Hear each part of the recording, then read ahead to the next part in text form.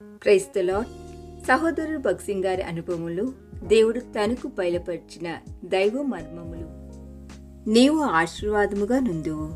ఆదికాండం 12వ అధ్యాయము 2వ వచనము. ఆదికాండం 12వ అధ్యాయము 2:3 ఏడంతల ఆశీర్వాదమును అబ్రహామునకు దేవుడు వాగ్దానం చేసెను. నిన్ను గొప్ప జనముగా చేసి నిన్ను ఆశీర్వదించి నీ నామమును గొప్ప చేయుదును. నీవు ఆశీర్వాదముగా నుందువు.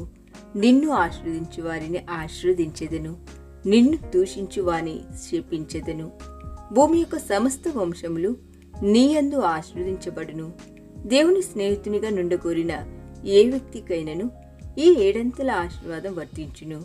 దీనిలోని ఒక్కొక్క పదమును చూచుదుము. నిన్ను గొప్ప జనముగా చేసి. ఒక్కసారి నీవు రక్షింపబడిన తర్వాత నీ ద్వారా అనేకులు రక్షించబడవచ్చును. వారి ద్వారా ఒకరి తర్వాత ఒకరు ఇంకను అనేకులు రక్షించబడవచ్చును. మనమందరం ఆయన కుటుంబంలో నొక భాగముగా అవుదుము. మన ప్రార్థన, సాక్ష్యము, ప్రేమ, పరిచర్య మొదలగు వాటి మూలమున ఇతరులు రక్షించబడవచ్చును. నిన్ను ఆశీర్వదించి మనము దేవుని యొద్ద నుండి పలు రకములకు నిత్యమైన ప్రత్యేక ఆశీర్వాదములను అనుదినము పొందుటకు ఆరంభించుదుము.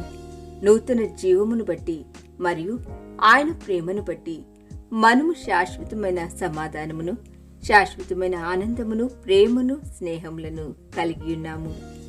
నీ నామమును గొప్ప చేయుదును. ఒక మనుషుడు లోకములో ఎంత గొప్పవాడైనను చనిపోయినప్పుడు సంపూర్ణముగా మరువబడును. కాని తిరిగి జన్మించిన మనుషుడు మరియు ప్రభువైన యేసుక్రీస్తుకు చెందిన వారందరూ మరణమునందు పరలోకంలో రాజులుగాను యాజకులుగాను ఆహ్వానించబడుదురు. నీవు ఆశీర్వాదముగా నుందువు. భూలోకంలోనున్నవారు మన ద్వారా ఆదరణ, ప్రోత్సాహము, బలము పొందెదరు. నిన్ను ఆశ్రయించు వారిని ఆశీర్వదించెదను. ఈ మాటలను వివరించిన అగత్యం లేదు. వాగ్దానం యొక్క భావము ఎంతో స్పష్టముగా నున్నది. మనకు విరోధముగా శత్రు యొక్క ఏ ఆయుధమైనను ఆయన వర్ధిల్లనీయడను వాగ్దానం ఉన్నది. భూమి యొక్క సమస్త వంశములు నీయందు ఆశీర్వదించబడును. మనము సమస్త జనాంగములకు వర్తమానమును కలిగి ఉన్నామని ఈ వాగ్దానం సూచించుచున్నది. ప్రభు మనల్ని ఎక్కడికి తీసుకుని పోయినను అదే సువార్తను, అదే వర్తమానమును అందించగలము. ఏడంతల ఆశీర్వాదము లోకము నుండి, లోక సహవాసముల నుండి వెలుపలికి వచ్చుటకు సిద్ధముగా నున్న ప్రతి ఒక్కరి నిమిత్తము ఏర్పాటు చేయబడినది.